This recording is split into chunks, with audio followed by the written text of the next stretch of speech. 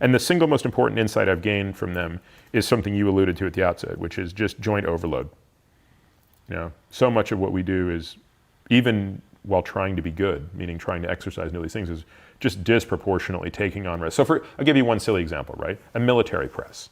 Is there a time and a place for a military press? Absolutely. Does it have any role in my life? Absolutely not, right? Why not?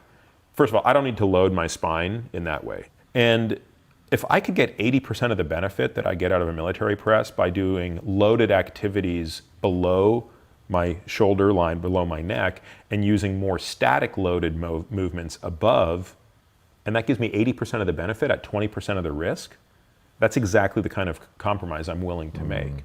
And yet I don't think we're applying that level of risk reward to how we exercise.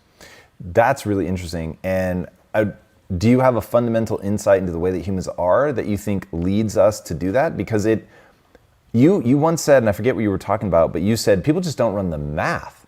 And this is a very good example of people just don't run the math. Well, we are innately really, really bad at estimating risk. And oddly enough, makes me wonder about you and race cars. So what is it that draws you to race cars? Do you think you're accurately assessing the risk on that? I will say, that's not an unusual question. I get asked a lot. I think that I feel safer in a race car than I do in my street car. Really? Absolutely. I feel far, far more frightened in the drive I have to take tonight from here to San Diego, because I'm going to be on the 405 and the 5, and I know that 80% of people at some point on that drive are going to be checking their phone or losing focus or not paying attention. I don't know what percentage of them, maybe 10% of them are also going to be under the influence of alcohol, and they pose a infinitely greater threat to me than I feel like I could ever face in a race car. So other than driving, what are some just grotesque misjudgments of the risk in terms of behaviors that people do just on a daily basis?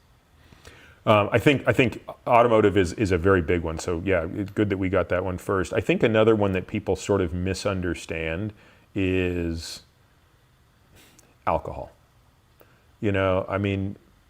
I enjoy alcohol as much as anybody, but I don't think people understand how once you get beyond 1 to 2 drinks, like how harmful it is on your liver. And it's sort of like Tylenol, right? Like at any dose, Tylenol is really hard on your liver. But for most of us, because Tylenol has no good feeling associated with it, we don't really tend to use it more than we should. If we have a headache, we take it and it makes the headache go away.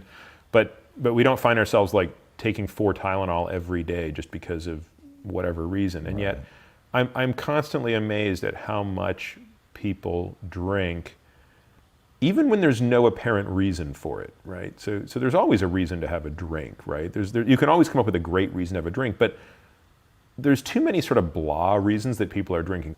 So I think that that to me is an asymmetric and unnecessary risk, meaning the pleasure that they're getting from that, those 4 shitty Budweisers that they have isn't anything worth the potential downside it's causing in the long run, which says nothing, by the way, of how often I think people do get behind the wheel of their car when they've had a drink in them. And if there's one thing I've learned in the simulator, it's how even one drink compromises your ability when it matters. So I remember— Simulator, a driving simulator? Yeah, so I have a driving simulator at home, which is where I do much of my learning. But I remember one day I was like, I was gonna go drive the sim after dinner, and I had a glass of wine with dinner. I remember getting in the simulator and I was like, what in the hell is wrong with me here? Like I am missing every apex, I'm just a little bit off, and I realized, I had a glass of wine. Even one glass of wine is compromising me. So how many times have I gotten in a car having 2 glasses of wine at a restaurant? The answer is tons. Was I legally drunk? No, I was well below 0.08. But even if I'm 0.06, I'm legally fine. Is that still a reasonable strategy? Right. And I think the answer is probably not. You think there are dietary things that people are doing that have just an asymmetric risk reward?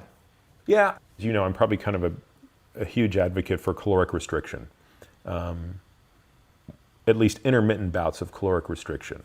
So I believe that the short-term discomfort of not eating for 5 days once, twice, 4, 5 times a year going through a cycle like that, I think that the short-term inconvenience of that is trivial compared to the potential benefit of a true fast, water-only fast for some period of time.